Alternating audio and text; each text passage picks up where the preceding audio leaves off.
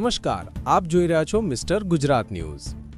ગાંધીનગર રાજ્યના સરકારી બજેટ રજૂ થયા બાદ આમ આદમી પાર્ટીના ધારાસભ્ય હેમંત ખવાએ અનોખા અંદાજમાં વિરોધ નોંધાવ્યો। ધારાસભ્ય હેમંત ખવા ટ્રેક્ટર પર સવાર થઈને વિધાનસભા પહોંચ્યા હતા અને સરકારે રજૂ કરેલા બજેટ સામે પ્રતિકાત્મક રીતે વિરોધ વ્યક્ત કર્યો હતો।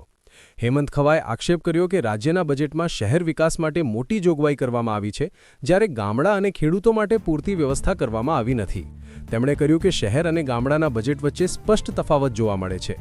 ખેડૂતો માટે કોઈ રાહત પેકેજ, સહાય યોજના કે ખાસ ફાળવણી કરવામાં આવી નથી, જે નિરાશાજનક છે, એમ તેમણે જણાવ્યું। ધારાસભ્ય ટ્રેક્ટર લઈને વિધાનસભા પહોંચતા સુરક્ષા કર્મચારીઓએ તેમને ગેટ નંબર 1 પર જ અટકાવી દીધા હતા। ટ્રેક્ટર સાથે પ્રવેશની મંજૂરી ન હોવાથી પોલીસ અને સુરક્ષા સ્ટાફે જરૂરી કાર્યવાહી કરી હતી। આ દરમિયાન સ્થળ પર થોડીવાર માટે ચર્ચા અને ગહમાગહમીનું વાતાવરણ સર્જાયું હતું। હેમંત ખવાએ મીડિયા સાથે વાત કરતા જણાવ્યું કે હું ખેડૂત પુત્ર છું, આતંકવાદી નથી। આ ટ્રેક્ટર છે, ટેન્ક નથી। ખેડૂતોની વ્યથા અને હકની વાત પહોંચાડવા માટે હું ટ્રેક્ટર લઈને આવ્યો છું। તેમણે સરકારને વિનંતી કરી કે ખેડૂતોના પ્રશ્નો અને ગ્રામ વિકાસને પ્રાથમિકતા આપવામાં આવે। આ સમગ્ર ઘટનાએ રાજકીય વર્તુળોમાં ચર્ચા જગાવી છે।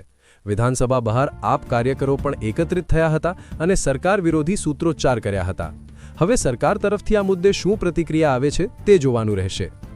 રિપોર્ટર સરફરાજ ખોખર, વીજપડી, અમરેલી।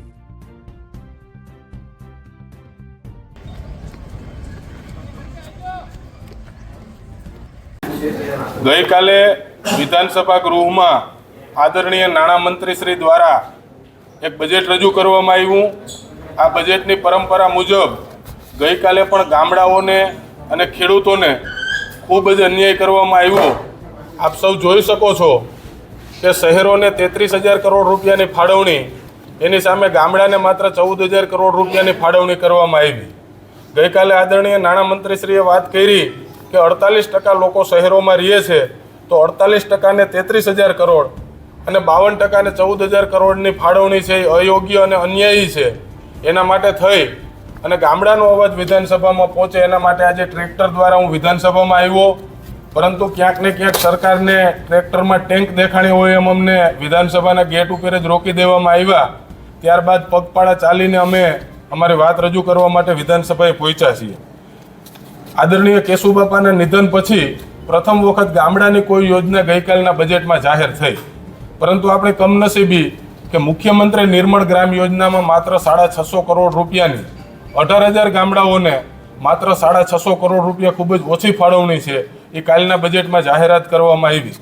અગાઉ પણ મારા દ્વારા મહાત્મા ગાંધી ગ્રામીણ વિકાસ વર્ષ તરીકે ઉજવવામાં આવે અને ગામડાઓને પ્રાથમિક સુવિધાઓ મળે એ અંગે માનનીય મુખ્યમંત્રીશ્રીને રજૂઆત કરવામાં આવી હતી, પરંતુ ખાલી 650 કરોડની ફાળવણી ખૂબ ઓછી છે।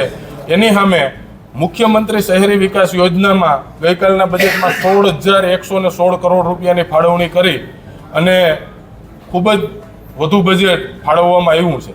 શહેરોનો વિકાસ થાય એમાં ક્યારેય વિરોધ ના હોઈ શકે, પરંતુ ગામડાના ભોગે, ખેડૂતના ભોગે શહેરોને વધુ બજેટ ફાળવવામાં આવે એ એકતરફી ન્યાય છે।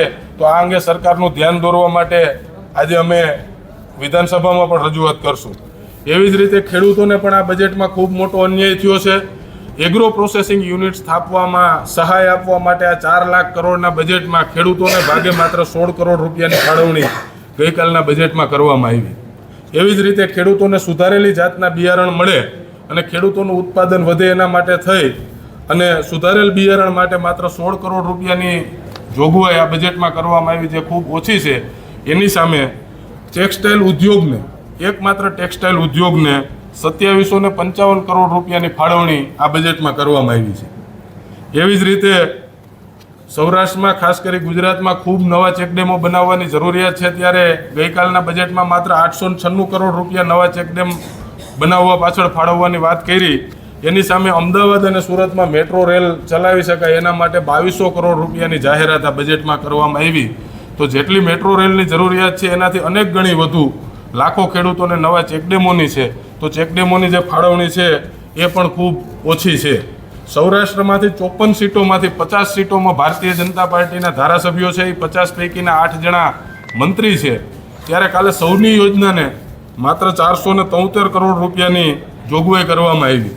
સૌરાષ્ટ્રમાં મુખ્યત્વે 11 જિલ્લા આવે છે, 11 જિલ્લાને 473 કરોડની ફાળવણી અને અમદાવાદ એક જિલ્લાને કે જ્યાંથી આપણા મુખ્યમંત્રી શ્રી આવી રહ્યા છે એ એક જિલ્લાને 600 કરોડ રૂપિયાની સિંચાઈની પાણીની કેનાલોનું નેટવર્ક બનાવવા માટેની જાહેરાત કરવામાં આવી. આમ સૌરાષ્ટ્રને, ખેડૂતોને અને ગામડાઓને આ બજેટમાં ખૂબ જ મોટા પાયે અન્યાય થયો છે, જે અંગે સરકારશ્રીનું ધ્યાન દોરવા માટે અમે વિધાનસભામાં અને રસ્તા પર પણ કાર્યક્રમો યોજી અને સરકારશ્રીનું ધ્યાન જાય અને આ બજેટમાં કંઈ સુધારો લઈ આવી ખેડૂતને, ગામડાને અને સૌરાષ્ટ્રને ન્યાય આપે એવી માંગ કરીએ છીએ.